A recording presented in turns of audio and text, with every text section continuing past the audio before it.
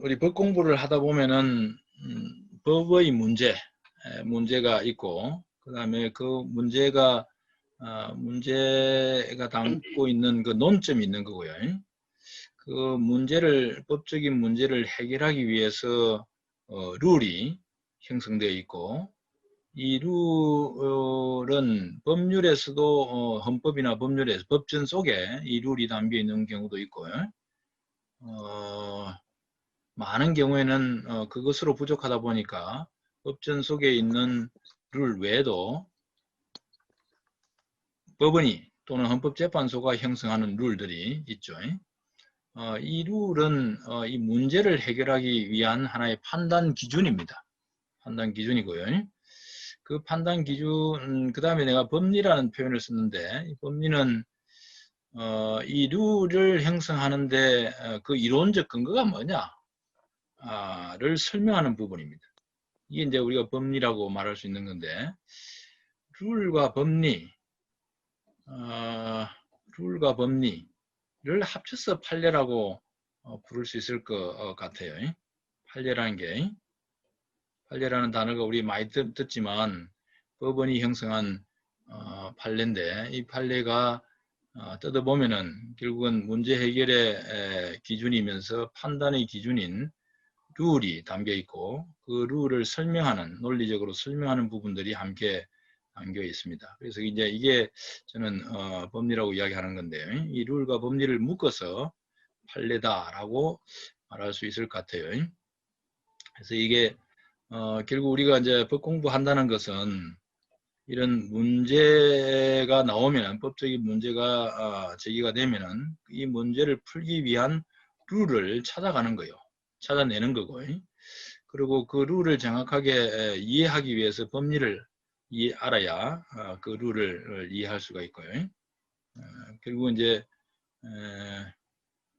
법 공부는 뭐 특별한 게 아니고 이런 패턴의 지식이 곧 우리 법 공부고 법 지식이다, 이렇게 보여집니다.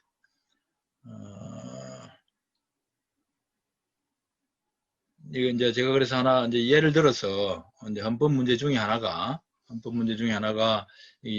내놓은 건데, 국내에 거주하는 애국인인 태국 사람이 범죄 혐의로 영장 없이 체포가 됐다고 가정을 하고, 그럴 경우에 영장 없이 원칙적으로 체포하는 경우에는 원칙적으로는 헌법의 위반에 문제가 생기고 신체의 자유에 대한 침해 문제가 생깁니다.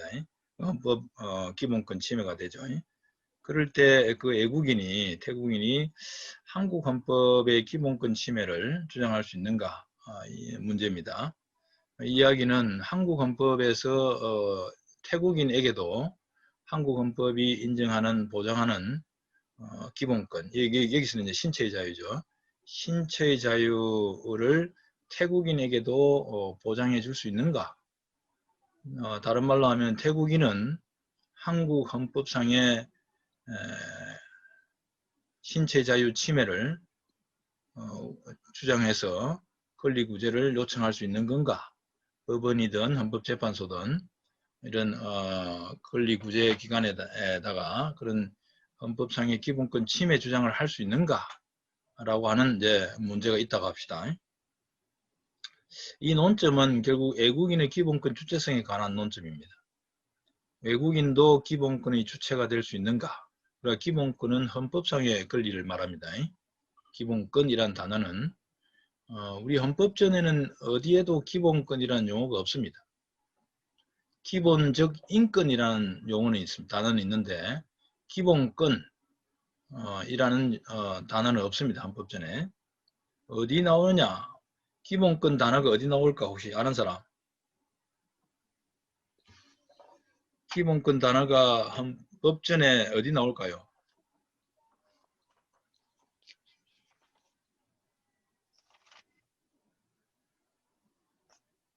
이준영? 네, 교수님.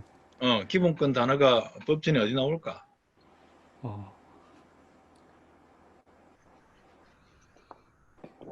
어디서 본 적이 없어? 어디서 봤을까? 헌법전에는 없어. 기본권이란 말은 없어. 헌법조례는 국민의 권리와 의무라고 하는 제2장이 국민의 권리와 의무장입니다.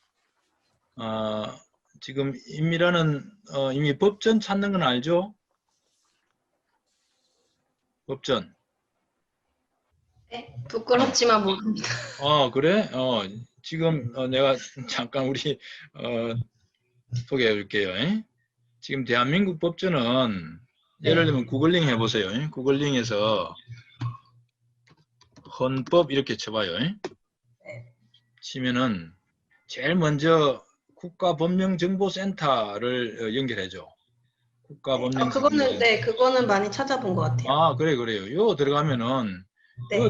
뭐 헌법전에서부터 내가 다 볼 수 있잖아요. 네네네네. 여기에 우리 헌법전에는 어디에도 기본권이란 말은 안 나와. 오히려 2장에 국민의 권리와 의무 해가지고 국민의 권리에 관한 이야기가 나오죠. 네. 또 10조에 보면은 기본적 인권이란 단어는 나옵니다. 기본적 인권. 기본적 인권. 근데 기본권이라는 말은 없어. 기본권이란 단어는 어디에 있을까? 이준영?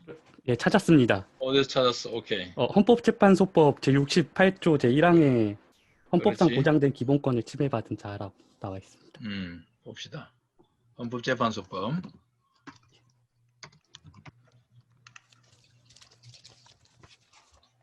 이거 나오네.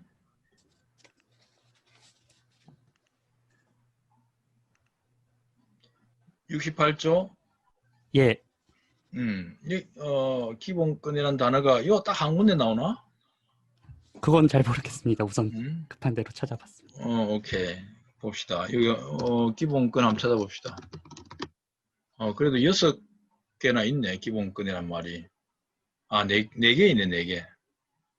기본권. 예, 여기 청구사유에 이게 공권력의 행사 또는 불행사로 인하여 헌법상 보장된 기본권을, 그래서 헌법상 보장된 기본권이란 말은 헌법재판소법에 처음으로 나오는 거예요.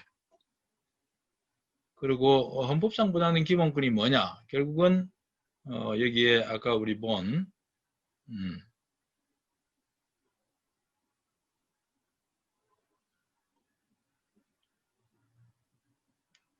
국민의 권리입니다. 그죠? 국민의 권리. 이게 이제 2장에 있는 10조부터 36조, 37조 1항, 36조, 37조 1항까지의 국민의 권리에 관한 장이죠. 그래서 헌법상 보장된 기본권, 이 이제 기본권의 용어는 그만큼 이제 모든 국민의 자유와 권리를 통칭해서 헌법상 보장되는 자유와 권리를 통칭해서 기본권이라 부르고, 자, 그러면은 한 가지 사이에 의문이 생기는 게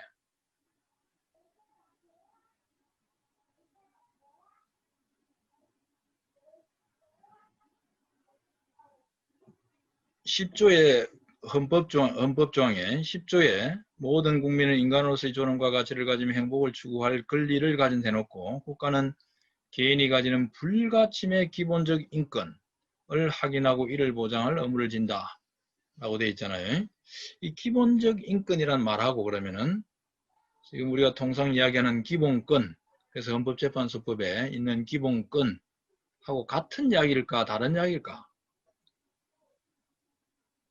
용어가 기본 헌법재판소법에 있는 공권력의 행사 또는 불행사로 인해 자신의 헌법이 보장하는 기본권을 침해당한 자는 헌법소원을 청구할 수 있다.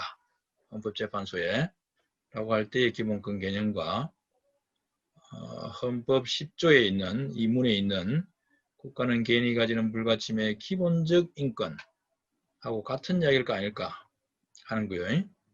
전 의원.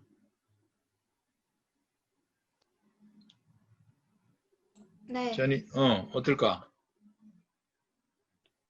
제가 알기로는 같은 의미로 알고 있었는데, 그래. 어디서 누가 그러던가요? 아니요, 누가 그런 게 아니라 저는 그렇게 이해를 하고 있었습니다. 오케이. 그러면은 인권이란 말이잖아. 인권. 기본적 인권. 인권. 이게 같은 걸까? 이게 이제 우리가 고민해봐야 되는 거예요. 헌법을 공부하면서 10조 2문에 있는 기본적 인권과 아까 68조 2항에 있는 기본권을 같이 볼 건가 하는 거예요. 이 이야기가 나중에 이제 우리 이 문제를 풀 때도 함께 연결되는 문제예요. 준영이는 어떻게 생각해? 우선 다른 법에서 나와 있는 그 기본권이란 단어는 기본적 인권이 헌법 10조의 기본적 인권이랑 같다고 생각하는 게 68조 1항에서 헌법상에 보장된 기본권이라고 하니까 여기서 기본권은 이 기본적 인권을 그대로 삽입하는 걸로 이해를 하는데 그냥 기본권이라는 일상적인 단어와 통상적 단어와 기본적 인권이란 단어는 다른 의미라고 저는 생각을 합니다. 아니 지금 내 질문은 예. 68조 2항에 있는 예. 헌법상 보장된 기본권하고 10조에 헌법 10조 2문에 있는 기본적 인권을 그 개념 범위가 같은 걸까? 아니면 뭔가 다른 걸까? 저는 다르다고 생각을 합니다. 왜 어떻게 다를까? 기본적 인권이 훨씬 더 넓은 개념이라고 생각을 하는데 아까 전에 이인호 판사님께서도 말했듯이 그러한 인권의 범위는 조금 더 그 포괄적인 의미라고 생각하고 기본권이라는 것은 우리 아까 전에 얘기했듯이 법리적으로 헌법 법리적으로 그동안 축적되어 왔던 인권에서도 우리가 지켜야 되는 그 헌법적으로 보호해야 되는 그런 개념으로 한정되어야 된다고 저는 보고 있습니다. 그래요? 다들 지금 생각이 다 조금씩 다른 건데 아니면 지금 세 사람 같은 생각인가? 이유라. 네. 이유라 생각은 어때? 저는 공부하면서 기본적인 건이랑 기본권을 같다고 생각을 하고 공부를 했거든요. 같다고 생각하고 공부를 했다. 근데 물어보시니까 다른 것 같기도 하고. 왜 다른, 내가 물어본다고 다른 것 같으면 되는가? 짐작은, 내가 이런 질문을 하는 게 분명히 뭔가 다르니까 물어봤을 거다. 이렇게 지금 추정을 하는 거네. 네. 예, 맞아요. 나는 다르다고 봐요.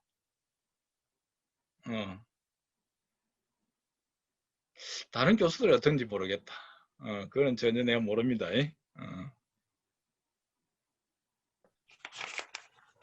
준영이가 아까 기본적 인권은 넓은 개념이 됐는데 나는 오히려 아주 좁은 개념이라고 보는데.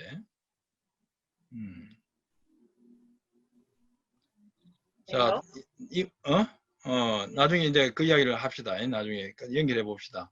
먼저 이 문제를 한번 풀어봅시다. 그러면 아까 그런 태국인이 한국의 기본권의 침해를 주장할 수 있는가? 신체의 자유.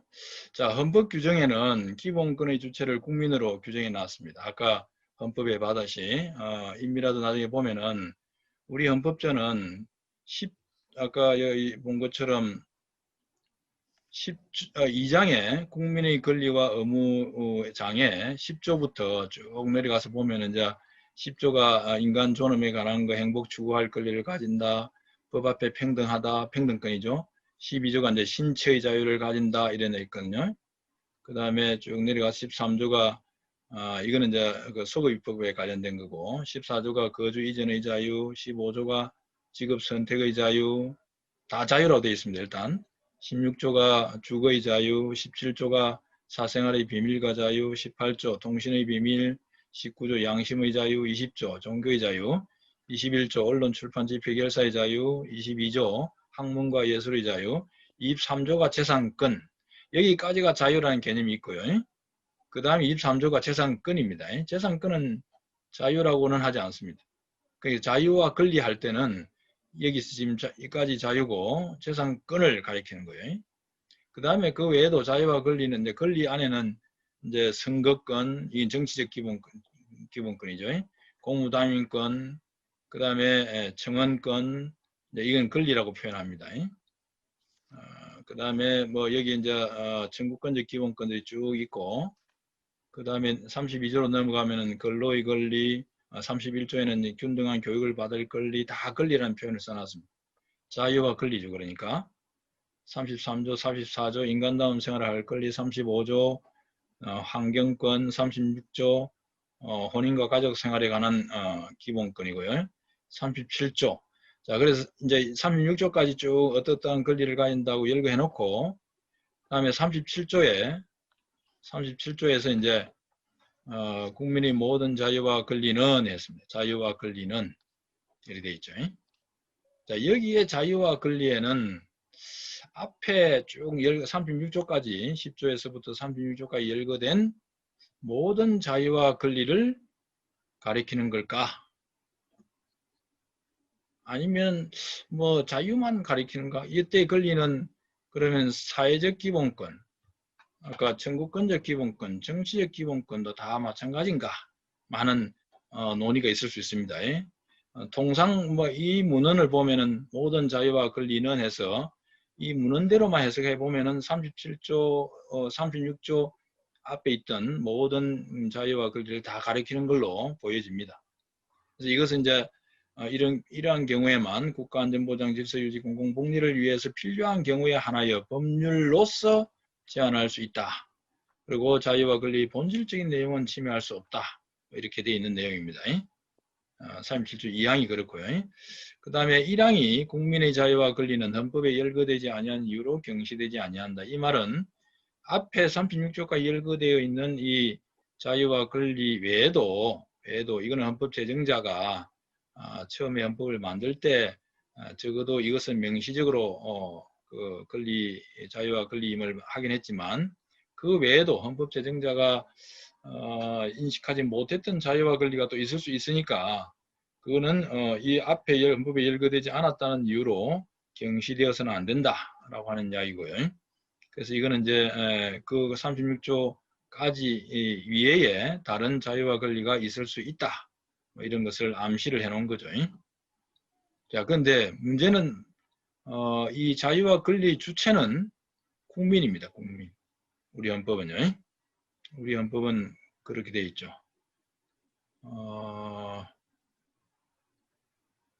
독일 헌법은 어떻게 있나 혹시 아는 사람?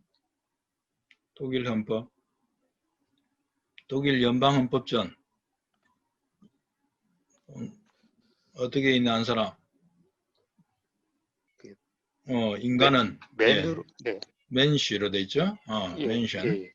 인간은 이렇게 되어 있습니다. 인간은. 근데 독일 연방헌법전에는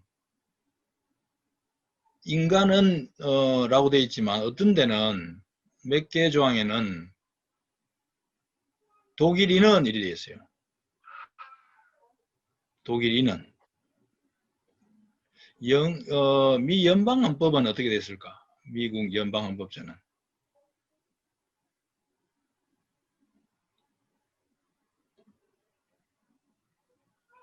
미국 연방헌법전 전문이 처음에 바로 We the people 이렇게 돼 있죠. 그래서 이제 나라마다 자유와 권리 주체를 국민이라고 하는 데도 있을 수 있고 또 독일처럼 그냥 인간은 이렇게 돼 있는 경우도 있습니다. 그러나 독일 연방헌법전에도 모든 자유와 권리를 다 인간이라고 표현하지 않습니다. 몇 군데는 국민은 독일인은 이렇게 되어 있습니다. 독일인은.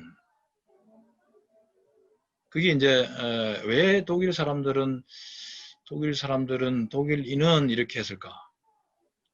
어떤 거는 인간은 해놓고 어떤 조항에는 또 어떤 자유와 권리에는 독일인은 이래놨습니다. 자, 이제 이런 이유가 이제 이거 나중에 이제 같이 할 텐데 국민 우리는 어쨌든 우리 헌법 제정자들은 자유와 권리의 주체를 국민으로만 상정했습니다. 자, 그러면은 아까 문제로 다시 돌아가서요. 헌법 규정의 경우에 기본권의 주체를 국민으로 규정하고 있고 그래서 국내에 거주하는 외국인은 기본권 침해를 대한민국 정부를 상대로 주장할 수 있는가?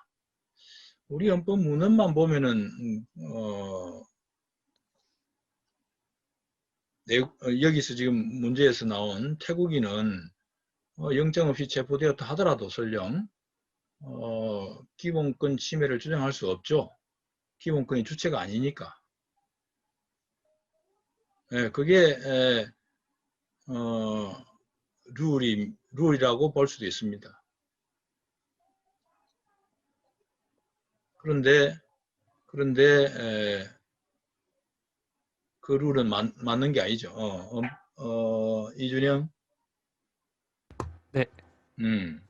여기서 이 문제를 해결하는 룰은 뭐예요?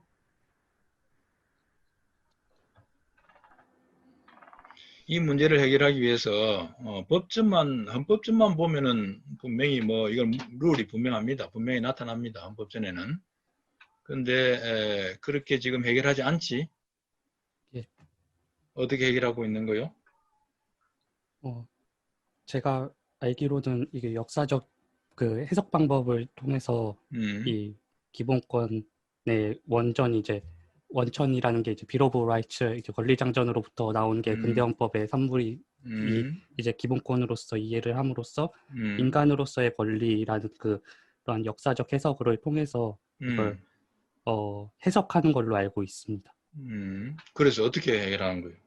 그러니까 인간으로서의 권리하고 국민으로서의 권리를 나누는데 여기서 이 문제에 대해서 신체 자유 같은 경우는 이건 명백하게 인간으로서 누구나 침해받으면 안 되는 그러한 자유권적 기본권이기 때문에 인간으로서의 권리로 이제 주장을 하고 있는 거고, 예를 들어서 선거권이라든지 이러한 국민으로서의 권리를 명백하게 보장받는 것은 국민으로서의 기본권으로 이제 치부하고 있고, 근데 그 사이에 애매한 것들이 있는지는 잘 모르겠는데 좀 그 다툼이 있을 수 있을 것 같습니다.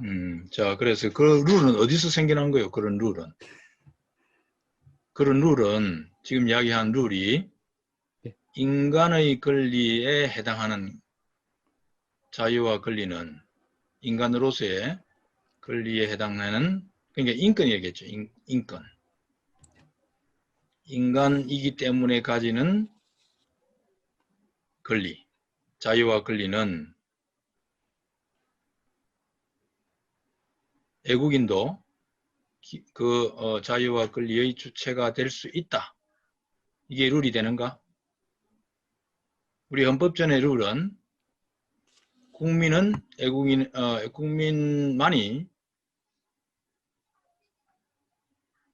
자유와 권리 주체고 애국인은 자유와 권리 주체가 아니다라고 분명히 선언을 해놨잖아요.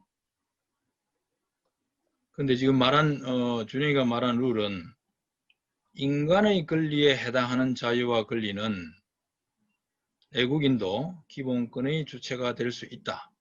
따라서 그 한도 내에서 애국인도 우리 정부를 상대로 우리 헌법상의 기본권 침해 주장을 할 수 있다. 이게 룰이죠.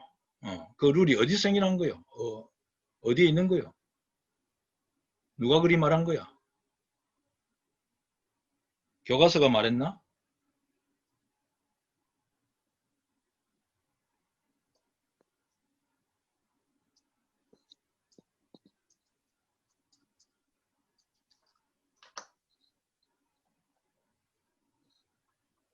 이건 결국은 이제 이 룰은 헌법전에 담겨 있을 수도 있고요. 그 헌법전에 담겨 있는 룰을 부연 설명하거나 또는 확장 해석하거나 여러 방법을 통해서 해석이라는 방법을 통해서 추가적으로 룰을 형성해 내죠. 그게 헌법재판소입니다. 그죠? 헌법을 최종적으로 해석할 수 있는 권한을 가진, 물론 법원도 헌법 해석을 합니다. 입법자도 헌법 해석을 하고요. 법 집행자들도 헌법 해석을 합니다. 또 해야 되고요. 그러나 최종적인 해석 권한은 지금 헌법재판소죠. 그래서 헌법재판소가 결정문에서 이런 판례를 통해 가지고 그 룰을 형성해 냅니다. 헌법 해석을 하는 가운데 그러니까 지금 이야기한 이 룰을 찾아보시죠. 한번 각자가 지금 자기 컴퓨터에서 이 룰을 한번 찾아봐. 어느 판례에서 내가 지금 소개해 놓은 게 2001년도에 구구엄마 494 헌재 결정을 소개해 놨는데 구구엄마 493 들어가 보세요. 지금 봅시다.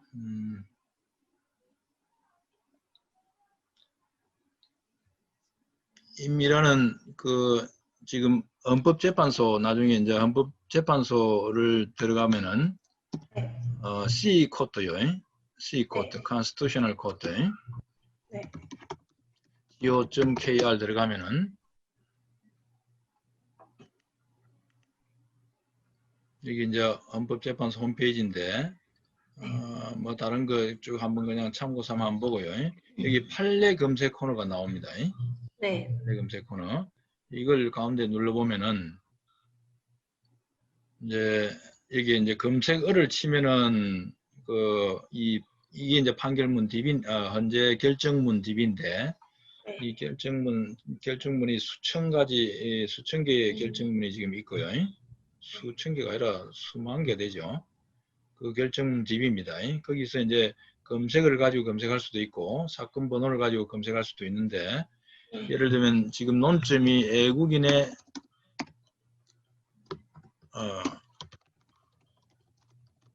외국인의 기본권 주체성이잖아요. 네. 클릭을 해보면은 얼마나 나오나 22건 나오네. 그래서 외국인의 기본권 주체성이라는 표현이 쭉 나오는 게 있어요. 네. 이렇게 사건들이 쭉 있는데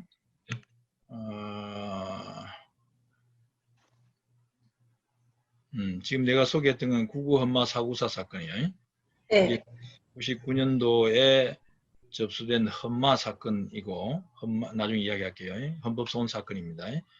494번째 접수된 사건이라는 뜻인데 이게 이제 이 구구헌마 494 헌재 결정 사건이 사건명이 재배동포의 출입국과 법적 지위에 관한 법률입니다. 제2조 제2호 위헌 확인 이까지가 이제 사건명입니다. 여기서 이제 그래서 이게 이제 선고일자고 이게 이제 결론이 이제 헌법 불합치 결정이 났다 이런 취지입니다. 나중에 기회가 되면 이제 이런 의미를 이야기할게요. 네. 몰라도 좋고 자 이걸 한번 클릭해 볼게요. 그럼 이제 헌재 결정문 전체가 나타납니다. 이제 이거를 뭐 사실 헌법을 하지 않는 사람은 이 헌재 결정문을 읽어봐야 될 필요성은 없고 다만 뭐 판시 사항이나 또는 결정 요지 부분만 읽어도 좋은데 현재 헌법 공부하는 사람들은 이 원문을 다 읽어야 돼. 사실은. 그래서 여기 이제 판시 사항이 나오고 결정 요지가 나옵니다. 그 다음에 쭉 내려볼게요. 내려보면은 이제 당사자 나오죠. 주문이 나옵니다. 이게 이제 당사자는 청구인입니다. 청구인이 누구냐? 외국인, 여기 조머섭인데 이거는 지금 중국 동포입니다. 중국 동포, 한국인이 아닙니다. 당시에 중국 동포들이 미주 동포와 차별을 받았다는 이유로 헌법소원을 청구한 사건입니다. 그 나중에 다시 설명할게요. 어쨌든 청구인은 외국인입니다.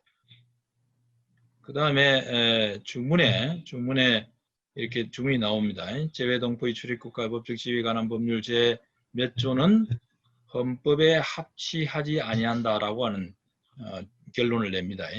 그러면 이제 이걸 헌법 불합치라고 나중에 표현하는데 헌법 불합치 결정이 갖는 의미는 나중에 다시 설명할게요.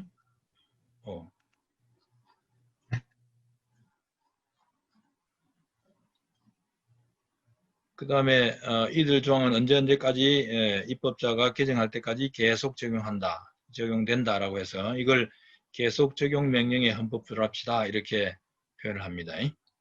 그 의미는 나중에 다시 설명하기로 하고 여기서부터가 실제로 여기 당사자에 나온 거 여기부터 헌법재판소 원결정문입니다. 여기 원결정문의 내용이고 여기 위에까지는 원결정문이 아닙니다. 위에까지는 아까 판시사항과 결정요지 이 부분은 원 결정문을 재판 연구관들이 뽑아 놓은 겁니다. 국민들한테 읽기 쉽도록 하기 위해서 그 요지를 뽑아 놓은 겁니다. 이 요지들이 각자가 하나의 논점들입니다. 그지?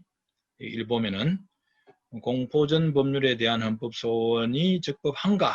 이게 하나의 논점인 거죠. 그 논점에 대해서 적극이라는 표현은 그렇다 이 말입니다. 적법하다 이런 말입니다. 애국인의 기본권 주체성이 인정되는지 여부, 이게 하나의 논점입니다. 이 논점을 적극 해놨는데 이 의미는 애국인도 기본권의 주체성이 인정된다 라고 말하는 겁니다.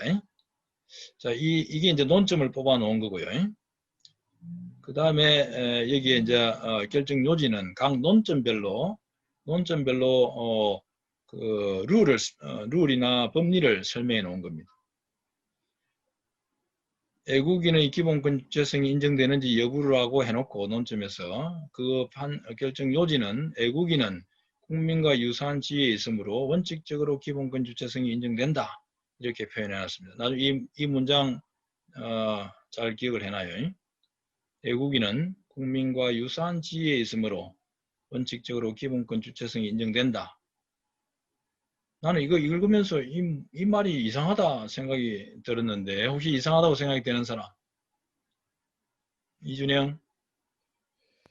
네, 저도 좀 이상하게 생각합니다. 이상하지 지금? 유사한지라는, 응? 예, 유사한지라는 것이 좀 이해가 좀 되지 않습니다. 그래, 애국인은 국민과 유사한 지위에 있으므로 기본권 주체성이 인정된다. 이 말 문장 자체가 나는 이게 이런 문장이 성립될 수 있는가 하는 생각이 들었는데 이거 잘못 뽑은 거예요. 이 재판연구관이 아주 큰 실수를 한 거야. 이걸 이렇게 뽑으면 안 되는 거예요. 내가 봐도 탁 첫눈에 봐도 이런 문장이 성립 가능한가 하는 생각이 드는데 나중에 그래서 이제 나중에 그 본문을 봅시다. 실제 결정문 안에 뭐라고 되어 있는지. 근데 이런 식으로 이제 그 결정 요지를 이제 쭉 정리를 해 놓습니다. 이 내용들은 현재 결정문에 있는 거를 재판관이 쓴 게 아니고 재판 연구관들이 뽑아놔 준 겁니다. 근데 잘못 뽑아놓은 겁니다. 이제 이 본문의 그 헌재 결정문 원문에 이제 들어가 보면 이제 사건의 개요와 심판의 대상 뭐 이런 쭉 내용들이 나오고요. 이 각 주장과 법무부 장관의 의견 양쪽의 주장을 간단하게 소개를 해놨고요. 그 다음에 이제 적법 요건에 대한 판단 부분이 나옵니다. 이거는 적법 요건은 소송 요건인데 소송 요건은 소송을 할 수 있는 자격이 있는 사람만이 소송을 할 수 있습니다. 아까 말한 것처럼 외국인이 기본권 주체성이 없다 그러면은 헌법소원을 청구할 수 없게 됩니다. 그래서 그때는 이제 헌법소원을 차버리는 거죠. 문전박대를 합니다. 그게 이제 각하라고 하는 개념인데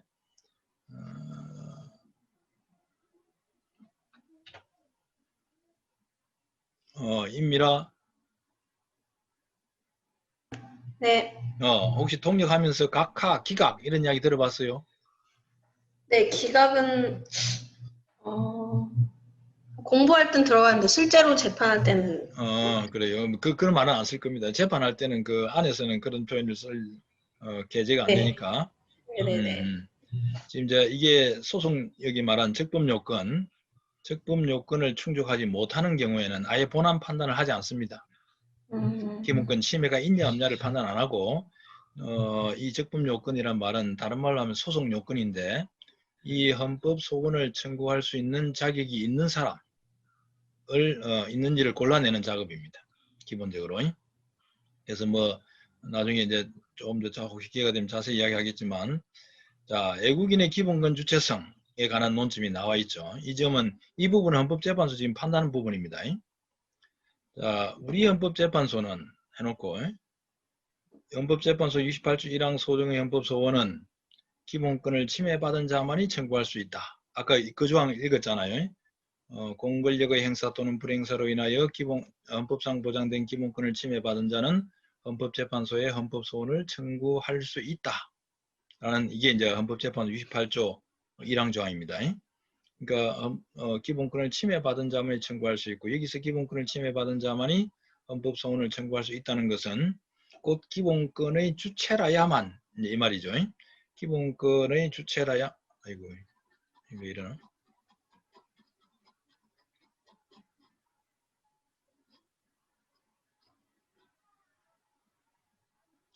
예.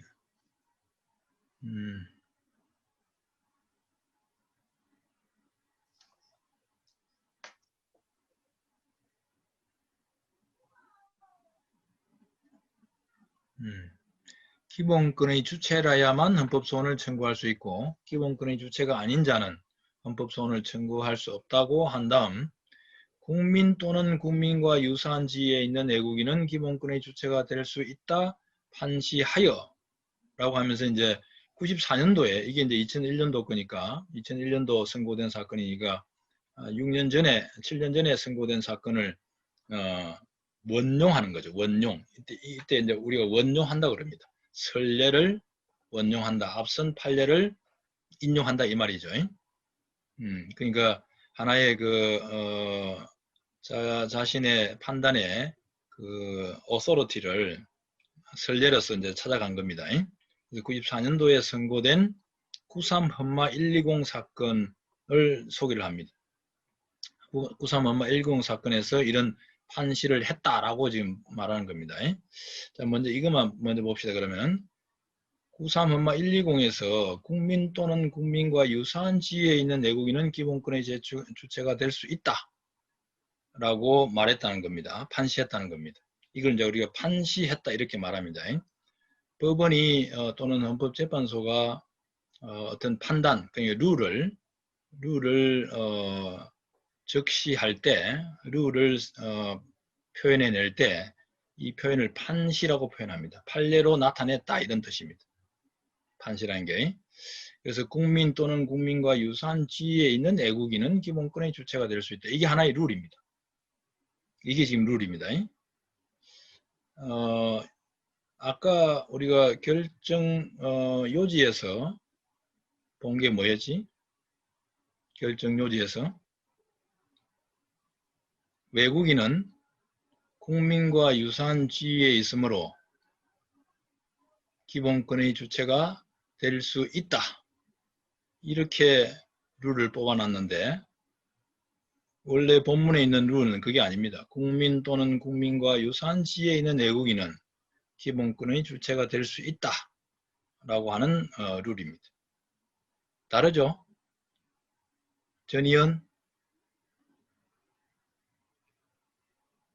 전희연? 네, 교수님. 연희는 어때? 이게 아까 그하고 이 룰하고 같은 거요, 다른 거요?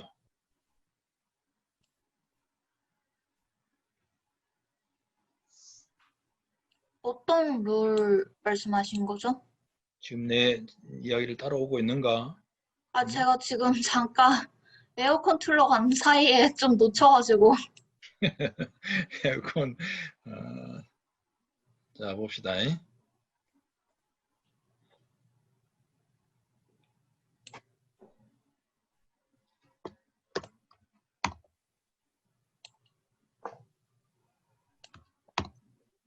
이게 왜 이래 안 돼.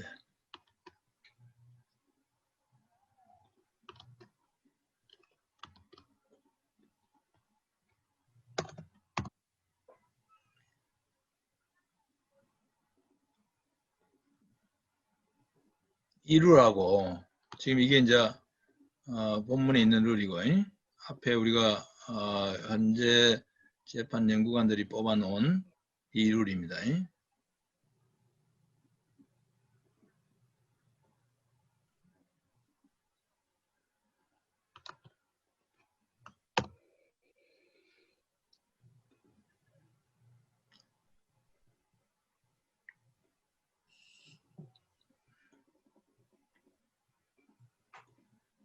자, 첫 번째 룰을 이게 이제 본문의 룰입니다.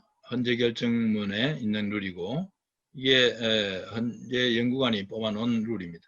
이 두 개가 같은 거요, 다른 거요? 전희연? 저는 조금 다르다고 봅니다. 어떻게 다를까요?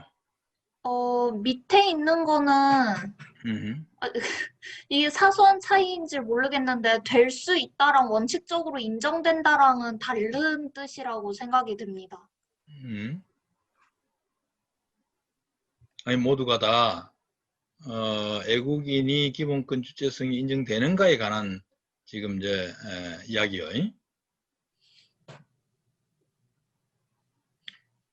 국민과 유사한 지위에 있는 애국인은 저는 근데 저 말 자체가 좀 아니, 이해가 좀 애국인이 안 왜 된다고 해야 국민과 되나? 유사한 지위에 있어? 국민과 유사한 지위에 그거를 있는 모르겠습니다. 그게 좀 이해가 안 돼가지고 저게 룰이 될 수가 있는 건가요? 뭐 무슨 그 사이에 왜 유사한 음, 지위인지에 대한 내용도 없고 음. 저런 상태로만 돼 이게 있으면 앞부분이 지금 현재 연구관이 뽑아놓은 이제 그거에 이 뒤에 있는 게 이제 헌재 결정문에 있는 룰입니다. 애국인은 국민과 유사한 지위에 있으므로 원칙적으로 기본권의 주체성이 인정된다. 이 말은 애국인이 국민과 유사한 지위에 있을 수가 없지. 애국인은 애국인이지 왜 국민과 유사한 지위에 있나 법적으로. 그러잖아요. 그러나 국민과 유사한 지위에 있는 애국인, 이거는 누구를 가리키는 걸까? 그렇게 국민과 유사한 달라지는 지위에 있는 거예요. 애국인은 누구를 가리키는 걸까? 전희연, 한번 아이디어를 한번 내보세요. 국민과 유사한 지위에 있는 외국인.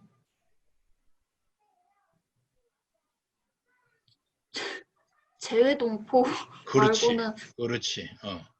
사실 이 사건은 아까 이야기했잖아요. 재외동포 사건입니다. 이 사건은 99 헌마 사후사 사건. 이 사건은 아까 이야기했습니다. 이 재외동포의 출입국과 법적 지위에 관한 법률이 뭐냐면 이 케이스는 이게 99년도에 제정된 거거든요. 99년도면은 97년도에 IMF 우리가 맞고 외환위기를 겪으면서 외환위기 극복을 위해서 이제 입법자들이 노력을 해서 나름대로 이 법률을 만든 겁니다. 이 배경은 간단하게 이야기하면은 당시 IMF 때 달러가 부족해서 달러가 없다 보니까 국내에 외국인들 달러 유치를 위한 투자 유치를 위한 여러 가지 조치를 취하는데 그 중에 이제 이게 만들어집니다. 재외동포라고 하는 것은 대한민국 한국인이지만 외국에 나가서 외국 국적을 취득한 사람입니다. 그래서 중국 동포도 있고 러시아 동포도 있고 또 미주 동포도 있습니다. 대체로 당시에 미주 동포들은 그 국내에 투자를 할 수 있는 여력이 있는 사람들입니다. 그래서 이 법을 만들면서 미주동포를 겨냥한 겁니다. 이 법은 기본적으로 그 사람들에게 출입국에 들어올 때 비자 없이 들어올 수 있게 하고 쉽게 들어오게 하는 겁니다.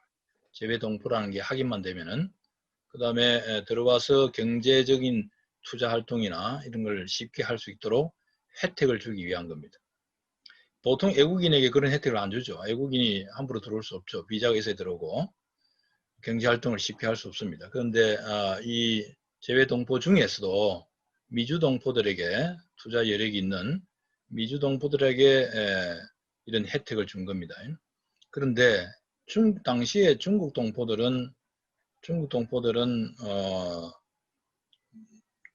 대부분이 다 그런 투자 여력이 있는 집단이 아니고 대부분 국내에 불법으로 들어와서 일을 해서 돈을 벌려고 하는 사람들입니다. 그러니까 입법자들은 입법 목적에 비춰보면 중국 동포나 러시아 동포는 제외시키는 게 맞았습니다. 제외시켰죠. 그랬더니 중국 동포들이 왜 같은 동포인데 외국인입니다. 같은 동포인데 미주 동포들에게만 혜택을 주고 우리한테는 혜택을 안 주는 차별을 하느냐라고 해서 평등권 침해를 주장했던 사건입니다. 이럴 때 우리 헌법재판소가 이제 그래서 이제 하나의 헌법 문제가 생겨납니다. 애국인이 우리 헌법상의 평등권 침해를 주장할 수 있는 건가 하는 의문이 생기죠. 문제죠. 이 헌법 문제입니다. 애국인이 우리 헌법 질서 안에서 평등권 침해 주장을 할 수 있는가? 헌법재판소가 이 결론을 내기 위해서는 이 논점을 풀어야 됩니다. 이게 바로 이제 그래서 이 논점이 나온 거예요. 그런데 이 논점을 풀면서 아까 말한 대로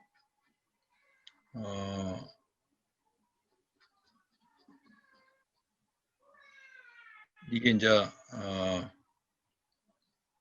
이제 애국인의 기본권 주체적 논점이잖아요.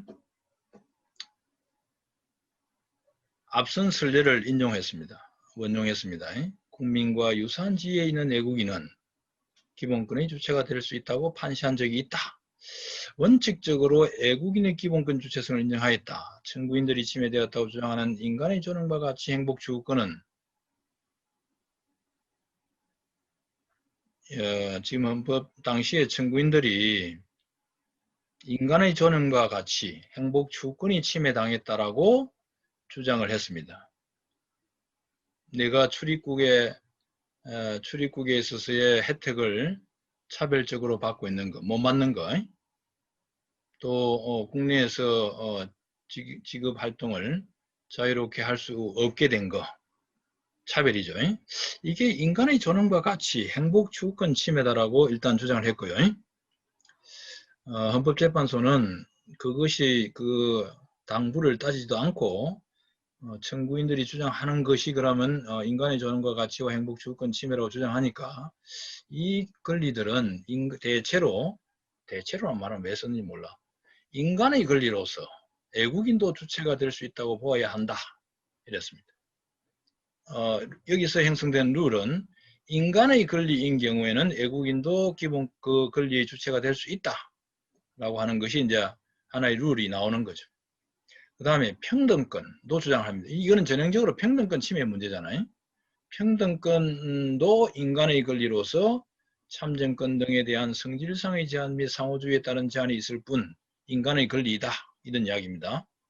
따라서 청구인이 주장하는 인간의 존엄과 가치, 행복추구권, 평등권이 모두 인간의 권리이기 때문에 이 사건에서 청구인들이 주장하는 바는 대한민국 국민과의 관계가 아닌 외국 국적의 동포들 사이에 재동포법의 수혜 대상에서 차별하는 것이 평등권 침해라는 것으로서 성질상 위와 같은 제한을 받는 것이 아니고 상호주의가 문제되는 것도 아니므로 청구인들에게 기본권 주체성을 인정함에 아무런 문제가 없다 이랬습니다.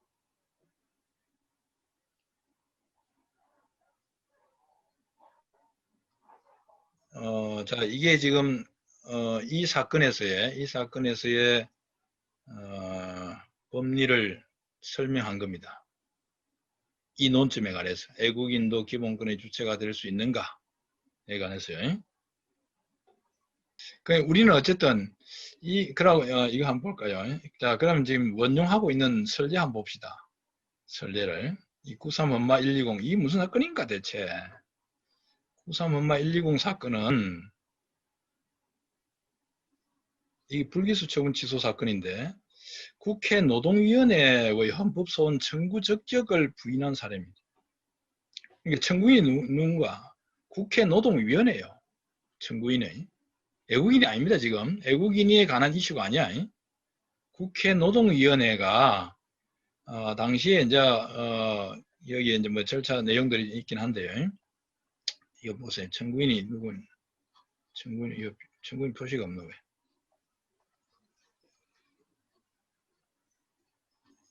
청구인 표시가 없네.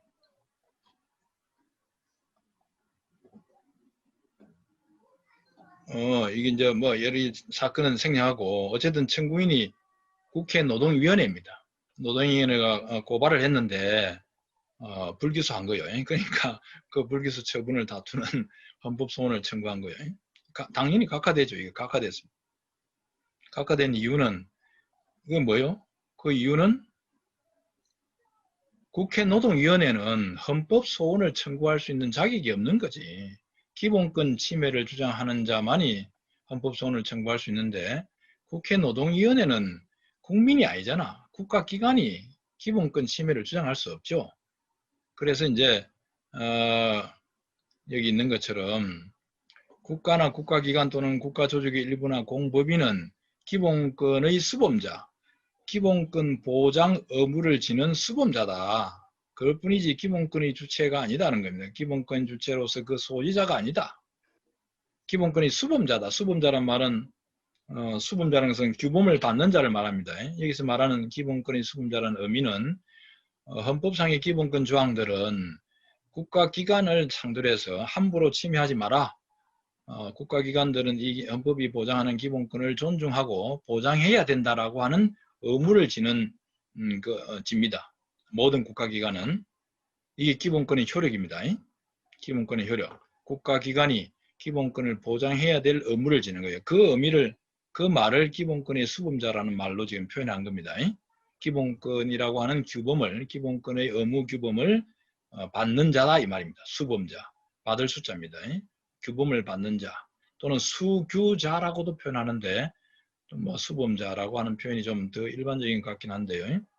그래서 당연히 기본권 주체가 아니죠. 소지하는 사람이 아닙니다. 이 트라그가 이거 트레그 아니야? 트레그? 독일 말로. 오히려 국민의 기본권을 보호 내지 실현해야 할 책임과 의무를 지는 지위에 있을 뿐이다. 그래서 그런데 청구인은 국회의 노동위원회로서 그 일부 조직인 상임위원회 가운데 하나에 해당하는 것으로 국가기관인 국회의 일부 조직이므로 기본권의 주체가 될 수 없고 따라서 헌법소원을 제기할 수 있는 적격이 없다고 할 것이다. 당연히 이제 각하되는 거죠. 그런데 내 이야기는 그러면서 여기에 헌법재판소가 기본권의 주체가 아닌 자는 헌법소원을 청구할 수 없다. 아까는 이제 그런 의미였잖아요. 그러면서 10조 내지 39조에서 헌법 제10조 내지 39조에서 모든 국민은 권리를 가진다고 규정하고 있으므로 국민 또는 국민과 유사한 지위에 있는 애국인과 사법인만이 기본권의 주체라 할 것이다. 이래 해놨습니다. 국민 가로 열고 또는 국민과 유사한 지위에 있는 애국인과 사법인만이 기본권의 주체라 할 것이다. 이렇게 판시를 한 겁니다. 이걸. 그런데 이 판시는 이게 하나의 룰인 거예요. 여기서 행성한 이 93엄마 120 결정에서 헌법재판소가 나름대로 판시한 겁니다. 근데 이 판시는 판례가 될 수 있는 거요? 안 되는 거요? 이건 판례가 아닌 거요. 선례가 될 수 없는 거라면 선례가. 이 판시 자체가 이렇게 설시한 것 자체가 판례로서의 오소리티를 가지지 않는 거지. 왜? 이 부분은 이 93엄마 120 결정에서 판례가 아니라 뭐고? 방론이 되는 거예요. 방론. 격가지 방. 방론. 이런 걸 방론이라 그런 거예요. 방론. 지나가는 말로 전혀 논점과 관련 없는 그 사안의 그 사건 해결과 전혀 관련 없는 이야기를 꺼낼 수는 있습니다. 논리적 전개 과정에서 꺼낼 수는 있습니다. 그러나 그걸 우리가 방론이라 그런 거예요. 이거는 선례가 될 수 없는 거예요. 그래서 방론과 판례를 엄밀하게 구분해야 되는 거예요. 그런데 이걸 선례처럼 또 언급을 해요. 애국인이 문제된 기본권 주체성 관련된 논점에서, 사건에서. 이 선례가 될 수 없지. 오소리티가 전혀 없는 거예요. 근데 91년도에 그러니까 오히려 여기서 판례는 이게 판례지. 이 부분이 이게 판례지. 판례. 여기서 룰은 뭐예요? 그러면 룰은 이유라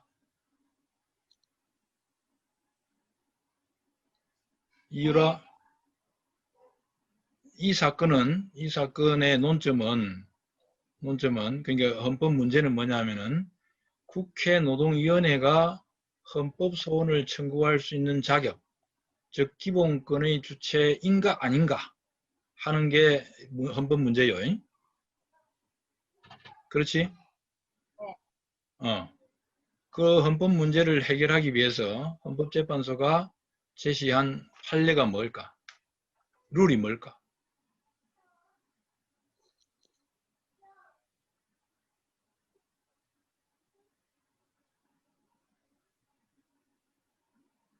이 문장에서 찾아봐. 이 문장에서 뽑아내봐. 룰을.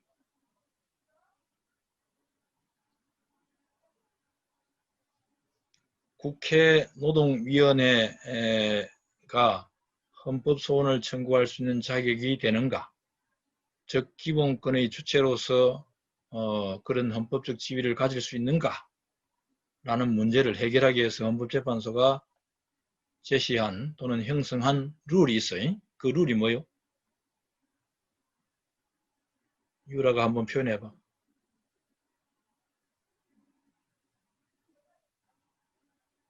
홍보인은 국회 노동위원회로 그 일부 조직인 상임위원회 이 부분인가요?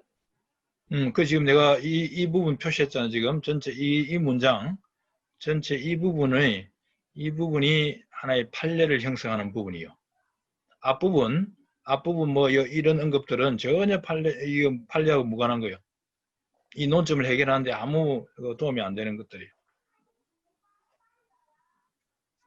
이게 뭐예요? 여기서 한마디로 룰을 찾아내면 어떻게 찾아내야 돼?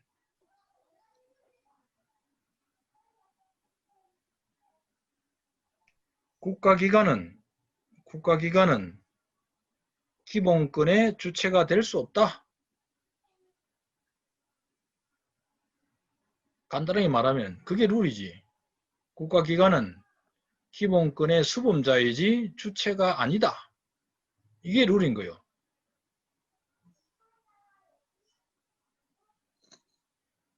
그 이유를 설명한 거예요. 여기는 그 이유를 왜 그러냐.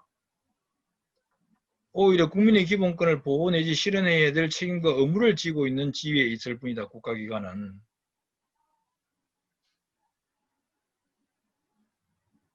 국가는 개인이 가지는 불가침의 기본적인 인권을 확인하고 이를 보장해야 된다.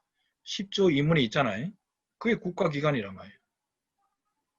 그러니까 국가기관은 기본권의 수범자이지 기본권의 주체가 될 수 없다라고 하는 룰을 지금 형성해 놓고 있는 거예요. 그래서 결론이 어떻게 돼? 당연히 지금 청구인은 국가기관이니까 국회 노동위원회가 국가기관이니까 따라서 네가 청구인이 자격이 없다. 그러니까 네 청구는 헌법소원 청구는 각하한다. 이렇게 말하고 있는 거잖아요. 이유라 무슨 말인지 알겠지?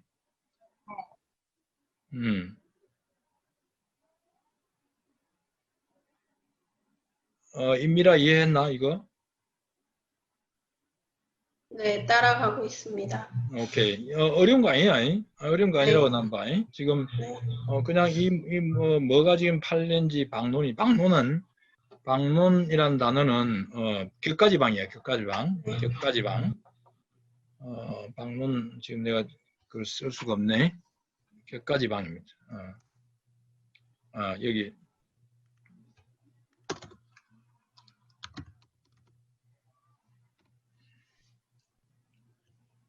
이 방론 아닙니다. 이 지금 우리가 지금 그것도 없는 거야. 한글에서. 격가지방 찾아보시오. 이거요, 이거. 이게 격가지방입니다. 그러니까 전혀 본질에 접근하지 않는, 그러니까 문제 해결에, 그러니까 그 구체적인 헌법적 문제 해결에 직결되는 논리가 아니다. 이 말이요. 방론이라는 뜻은.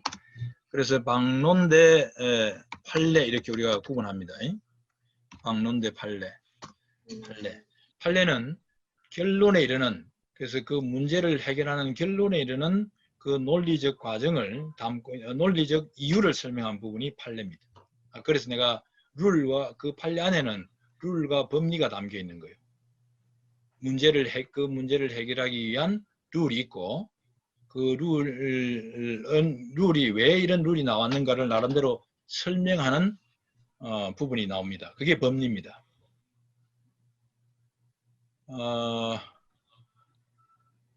룰과 법리란 단어를 지금 이렇게 내가 썼는데 일반 법원에서 형사 판결이든 뭐 민사 판결이든 기각을 하거나 인용을 할 때 기각을 할 때 무엇에 관한 법리 뭐라고 쓰는 거예요? 판결문에. 일단 대법원 판례를 쓰고 그 밑에 이제 이와 같은 법리에 비추어 살펴보면 뭐 이렇게 판단할 수 있다 이렇게. 그렇죠. 이와 같은 법리 그러잖아요. 상고 이유서에 보면은 대법원 판결문은 그 상고 이유서에 이제 저 상고 이유가 주장하는 여기서 무슨 뭐라 그럴까 예를 들면 그저 영장에 관한 법리에 위반하여 뭐 이렇게 하잖아요. 기각할 때, 인용할 때. 그때 법리란 단어를 써. 영장주의에 관한 법리를 위반했거나 그렇게 하지. 예. 그러니까 그때 법리란 말은 룰과 법리를 함께 표현하는 것 같긴 해요.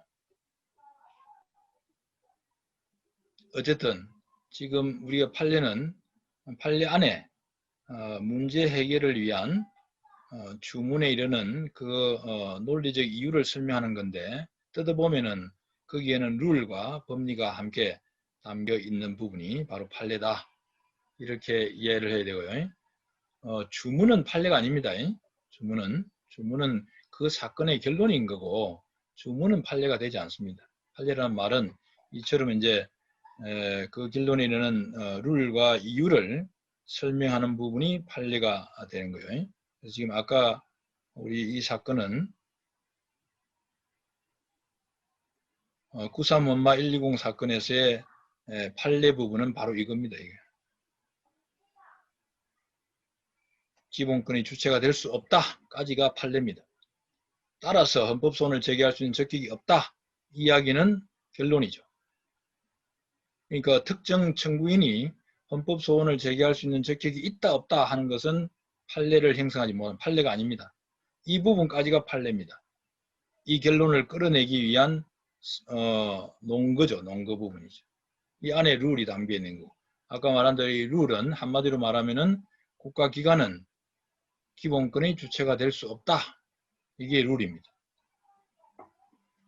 이제 내가 이 이야기를 하는 이유는 그 다음에 이 부분 국민 또는 국민과 유사한 지위는 애국인과 사부인은 기본권의 주체라 할 것이다. 라고 하는 이 부분은 엄밀하게 말하면 방론입니다. 방론. 특히 국민과 유사한 지위에 있는 애국인. 당시에 왜 이 용어가 들어갔는지 나는 이해를 못합니다.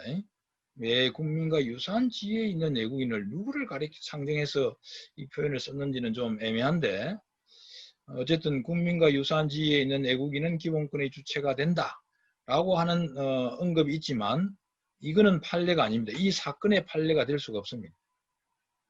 왜? 당의 사건의 해결과 전혀 관계없는 이야기고요. 그래서 우리가 이걸 방론이라고 부릅니다. 방론은 선례가 아닙니다. 그런데 아까 이 사건에서 헌법재판소는 마치 이게 선례인 것처럼 우리 재판소는 원칙적으로 있음을 인정하였다 해놓고 거기에 대한 자세한 설명도 없어. 그래서 헌재가 참 이런 거를 조심해야 되는데 그러니까 방론과 판례를 구분도 못하고 있는 거예요. 심지어는 뭐 이것도 이렇게 그 언급도 방론조차도 전혀 엉뚱하게 지금 뽑아냈잖아요. 애국인은 국민과 유사한 지위에 있으므로 기본권 주체성이 인정된다. 어떤 애국인인데 애국인이 모두 국민과 유산지에 있을 수 있다는 게 말이 성립될 수 있어? 전혀 다른 유산지가 아니라 전혀 다른 지위지 기본적으로. 다시 지금 내 문제로 돌아가서요. 결국 이제 우리가 헌법 공부를 한다는 것은 앞으로 헌법 공부는 헌법 문제가 있는 거예요. 헌법 문제가 풀고자 하는 헌법 문제가 있고 이 헌법 문제를 해결하는 룰이 뭔가? 이 룰은 헌법전에 담겨 있을 수도 있고요. 또 헌법전에 담겨 있지 않거나 또는 헌법전에 이처럼 지금 이 사건에서처럼 헌법전에 명확하게 애국인은 기본권의 주체가 될 수 없다고 하는 것처럼 돼 있는데 현재 헌법재판소는 헌법 해석을 통해서 약간 다르게 기본권 주체성을 인정한 거예요. 애국인에게. 이게 룰입니다. 그 다음에 그 룰을 설명하는 논리적, 이론적 논거가 있어야 되는데 사실 우리 헌법재판소는 아까 인간의 권리는 기본권의 애국인도 그 권리의 주체가 될 수 있다 라고 이야기했잖아요. 그게 룰을 행사한 거예요. 근데 그에 대한 설명이 없어. 왜 인간의 권리는 애국인도 기본권의 그 주체로 될 수 있다라는 설명을 안 해놨어. 준영이가 한번 찾아봐. 그 논거를, 그 이론적 논거를 한번 설명해 보시오. 만약에 준영이가 헌법재판관이라면은 이걸 어떤 설명을 통해서 왜 애국인이 애국인이 인간의 권리에 대해서는 우리 헌법재판소에 우리 정부를 상대로 기본권 침해 주장을 할 수 있는가? 왜 애국인에게 인정해줘야 돼? 그 선례에 구속받지 않고 말씀드려도 제가 그래, 그렇지. 저도 판례 그 관련된 건 못 찾았고 지금 뒤에 있는 몇몇 교수님 교과서를 보면서 어떻게 설명하나 저도 뭐라고 돼 있노? 이제 한수홍 교수님 같은 경우는 아까 전에 영국의 명예혁명으로부터 이렇게 기본권이라는 게 처음 도출됐고 그런 게 역사적으로 흘러가면서 이제 정착된 게 기본권이라기 때문에 이걸 그렇게 받아들여야 된다고 하면서 또 허영 교수님 같은 경우는 또 그러한 논쟁 자체가 칼슈미트적인 사상이다. 그런데 이제 칼슈미트적인 사상으로 이해를 하자면 모든 기본권에 다 외국인까지 하는 거는 좀 설명하기가 어려우니까 이제 국민과 인간의 권리를 나눠서 봐야 된다라고 하면서 스멘트 이론도 좀 부정하면서 칼슈미트 이론도 부정하는 이런 이론적으로 다들 설명이 되어 있는 걸로 좀 파악했습니다. 나는 우리 헌법전 안에 그 논거가 있다고 보는데 우리 헌법전 안에 학자들의 이야기를 할 게 아니고 역사를 먼저 쭉 찾아봐. 우리가 이제 역사적 이야기를 할 수 있지, 그냥 역사적 맥락을. 인권이 그 헌법이 존재하는 이유, 근대 헌법이 존재하는 이유. 우리 헌법은 근대 헌법의 하나지. 근대 헌법이 존재하는 이유나 그 역사적 맥락을 찾아보면은 국가라고 하는 정치 공동체가 형성되기 이전에 인간에게는 태어날 때부터 타고나면서 인간으로서의 가지는 기본적인 권리가 있다. 인간이기 때문에 갖는 권리가 있다. 그게 천부인권이잖아요. 천부인권. 하늘이 또는 자연이 인정해준 그게 자연권 개념이고.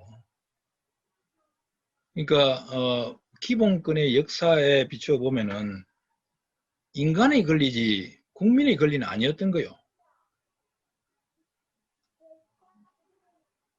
국가라고 하는 정치 공동체에 앞서서 먼저 인간이기 때문에 갖는 자유와 권리가 있다라고 해서 생겨난 게 근대헌법이고 그 근대헌법의 역사에 비추어 보면은 결국은 그러니까 기본권 보장의 역사, 인권 보장의 역사가 하나의 논거라고 봐야겠지.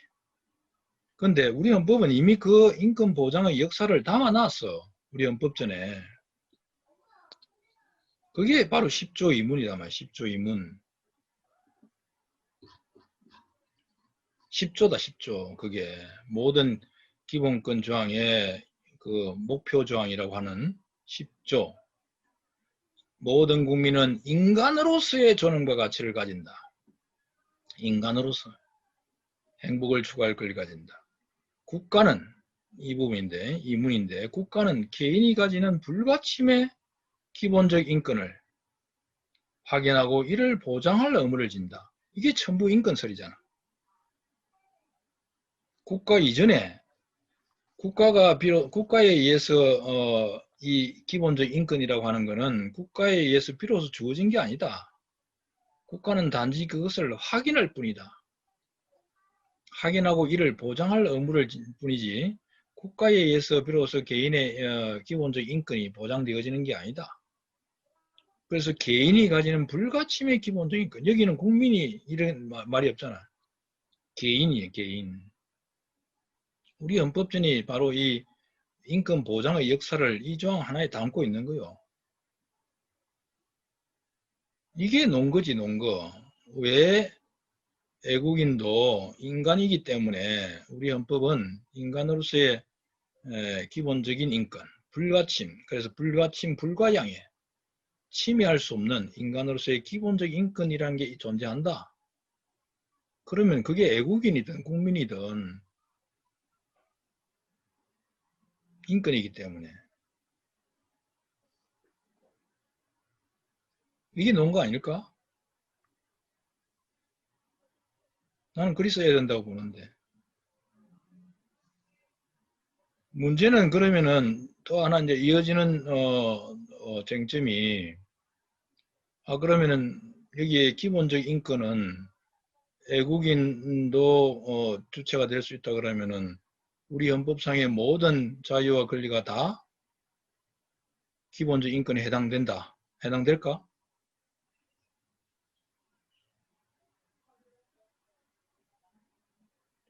정치적 기본권, 선거권, 피선거권도 다 기본적 인권이요? 그건 국가 내적인 권리지. 정치적 기본권은. 사회적 기본권 마찬가지지. 사회적 기본권도 인권이 아니지. 사회적 기본권은 국가 내적인 권리고 국가에 의해서 비로소 주어지는 권리다. 그러나 여기서 말하는 기본적 인권은 자유지. 자유권. 그러니까 헌법 인간으로서의 존엄과 가치, 행복 추구권을 비롯해서 그 다음에 12조 신체의 자유, 13조 12조 그 다음에 우리 헌법조항의 자유권이라고 하는 것들, 14조의 거주 이전의 자유, 15조 직업 선택의 자유, 16조 주거의 자유. 이것들이 이제 소위 전부 인권적 성격을 가지는 것들이지. 자유권이라는 게. 그런데 아까 내가 이야기했죠. 독일 헌법은 이런 자유권들을 쭉 열거하면서 인간이 갖는 권리로 표현을 해놨습니다. 주체를. 그런데 세 가지 자유권에는 독일인은 이렇게 주체를 표시했습니다. 그게 어디냐면 집회결사의 자유입니다. 집회결사의 자유. 독일 연방헌법전에는 집회결사의 자유는 독일인의 권리입니다. 그 다음에 거주 이전의 자유. 우리 헌법에 있는 거주 이전의 자유. 만약 거주 이전의 자유가 함부로 인권으로 인정된다 그러면은 애국인은 비자 없이 들어올 수 있는 주장을 할 수 있습니다. 거주 이전의 자유, 출입국의 자유. 그러니까 독일 사람들은 아예 이거는 국민에게 유보된 권리다, 인권이다 라고 본 겁니다. 보는 거죠. 그래서 명문으로 독일인은 거주 이전의 자유를 가진다라고 되어 있습니다. 그 다음에 하나가 직업의 자유입니다. 직업의 자유. 직업의 자유도 우리는 직업 선택의 자유인데 이 직업의 자유도 애국인이 마음대로 주장해서는 안 되죠. 직업의 자유입니다. 그러니까 이 세 가지 자유권에 대해서는 독일인이라고 주체를 하고 있고 그 외의 자유권 조항들은 다 인간은 이래 되어 있습니다. 이게 독일 연방헌법을 만든 사람들의 상당한 지력이요. 대단한 지력이지. 이것의 의미를 다 이해한 거예요.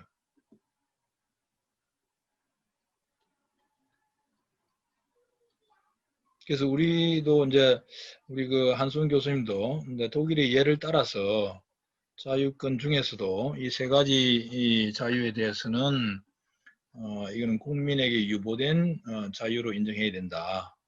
이렇게 이야기하죠. 아직 헌법재판소는 이 부분에 대해서 이제 명확하지 않습니다. 아직 여러 가지 이제 우리 헌법재판소가 이제 이 부분이 좀 깔끔하지 못한 상태로 룰이 조금 애매하게 형성되어 있는 부분이 있습니다. 인간의 권리가 그럼 뭐냐? 자, 아까 나는 평등권의 문제 고민해야 된다고 보는데 평등권. 한수원 교수님은 평등권도 인간의 권리다라고 인정을 하는 것 같아요. 또 우리 헌법재판소도 이 아까 그 사건에서 구구 엄마 사구사 사건에서 재외동포 이 결정에서 전형적으로 이 사건은 평등권 침해 문제입니다.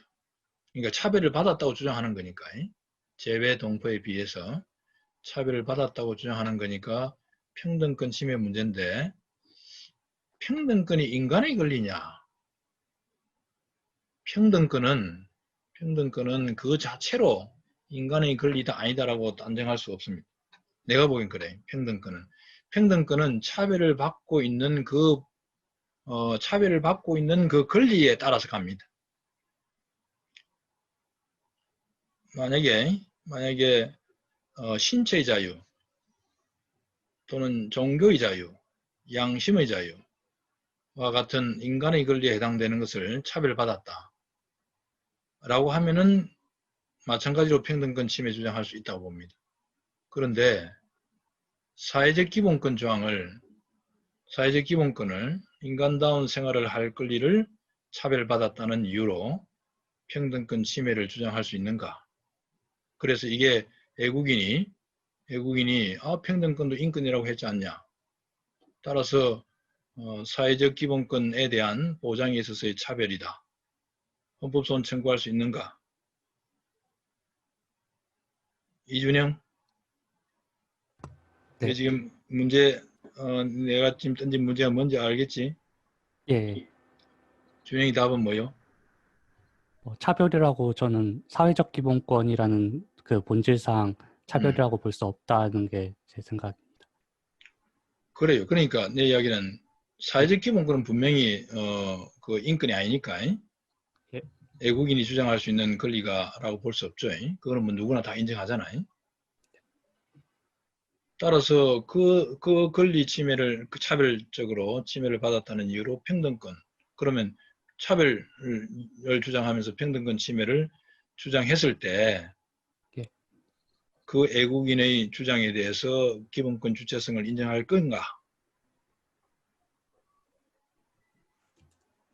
인정하기 어렵죠. 예. 그러니까 평등권은 인간의 권리라고 볼 수 없는 거다 이 말이에요. 그 자체로.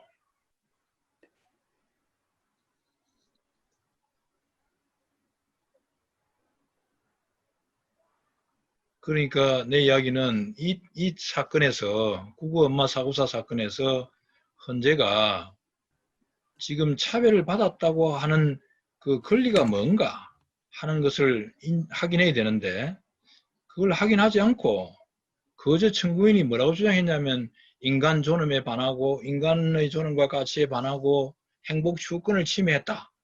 그래서 차별적으로 침해받았다. 그래? 그래. 인간의 권리니까 행복 추구권은. 그게 맞는 거요? 그런 논법이?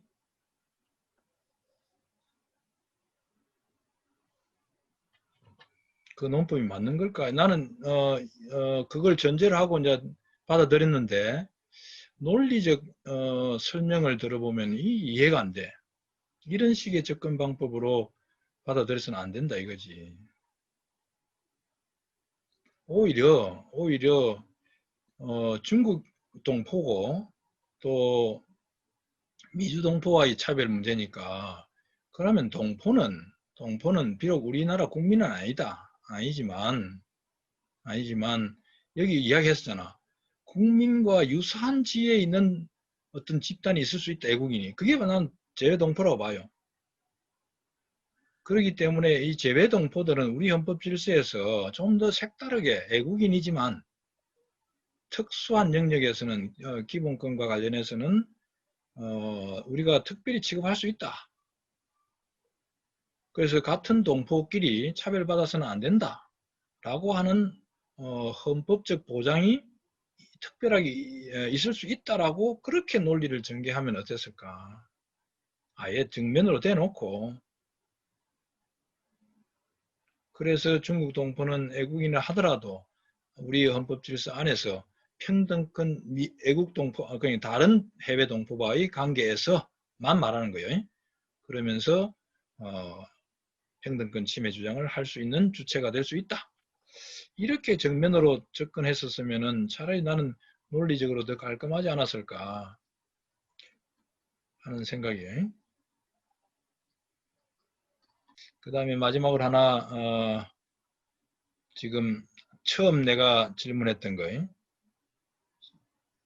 10조 2문에 있는 기본적 인권과 헌법재판소법 68조 2항에 있는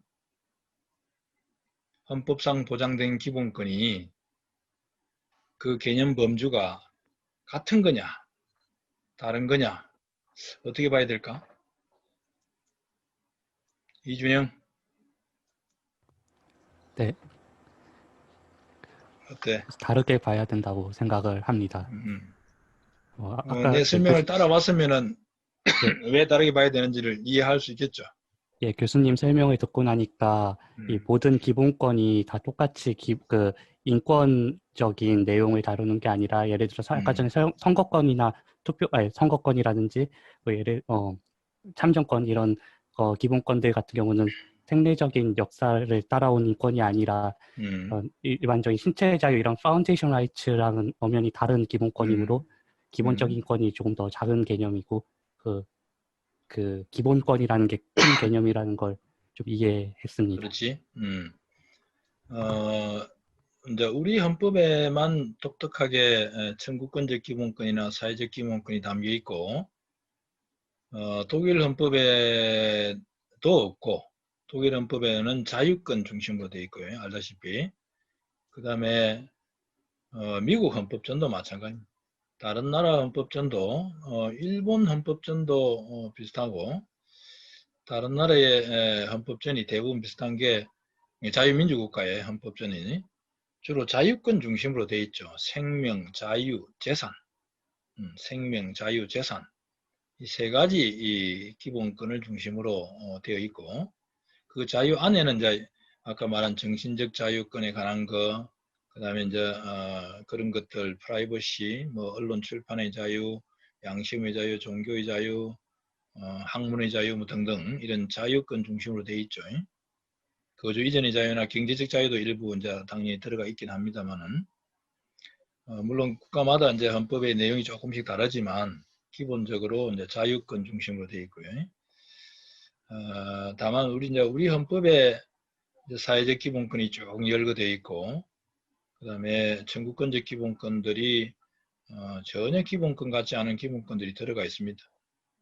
그래서 이런 것들을 또 우리 한송 교수님 교재에도 잘 설명되어 있지만 사회적 기본권 중에는 근로상권 같은 것은 자유권의 성격이 강하죠. 오히려 자유권으로 분류해야 된다고 나는 보고 그 다음에 가족과 혼인에 관한 기본권들도 자유권의 성격이 강한 게 있죠. 사회적 기본권보다는. 근데 이제 그쪽으로 분류를 이제 그렇게 해놨다 보니까 사회적 기본권으로 인식을 하게 되는데 자유권의 성격이 강합니다. 그런 건. 그러니까 이제 그런 것들을 중심으로 자유권을 중심으로 헌법 조항들이 이제 소개되어 있는 것이고요. 열거되어 있고. 자, 그래서 정리를 하면은 오늘 내가 이 이야기를 이제 하는 이유는 결국 이제 이 헌법을 우리가 배운다고 할 때 뭐 어떤 지식을 배우는가, 헌법을 배운다고 할 때 결국은 이런 지식을 배우는 거예요. 문제가 탁 나오면, 헌법 문제가 나오면은 이게 어떤 논점에 관한 것이다, 이 논점이 무엇이다 라고 하는 걸 탁 파악해내고 이 문제를 해결하기 위한 헌법의 룰이 뭔가를 찾아내는 겁니다. 이게 헌법 전에 있을 수도 있고 또는 헌법재판소가 형성한 판례 속에 그 룰이 담겨 있습니다. 이 룰은 문제 해결의 기준이기도 하고 판단의 기준이기도 하고요. 또 행위의 준칙입니다. 이 이야기는 이 룰에 따라서 국가기관들이 행위를 해야 되는 거죠. 그게 헌법의 룰입니다. 그래서 이 룰을 우리가 정확하게 이해하는 게 그거. 그 다음에 법리는 보태어서 이 룰이 형성되는 이론적 논거가 어떤 거냐, 이유를 말하는 부분이죠. 그것도 함께 왜 이 룰이 형성되었는가를 이해하는 것이 중요합니다. 사실은 이제 시험 목적으로는 그 이유까지 뭐 자세히 몰라도 좋지만 공부를 하는 사람들은 이 룰이 형성된 이유를 우리가 정확하게 이해하고 있어야 됩니다. 물론 그걸 잘 설명을 안 해주죠. 그거는 대부분 많은 경우에는 교과서에서 설명을 해주거나 보완적으로 헌재가 일부 설명을 할 때도 있긴 합니다. 그러나 이제 그 법리가 뭐 완전히 완벽하지는 않고요. 우리나라 법이 어려운 거는 이 룰이 분명하지 않다는 겁니다.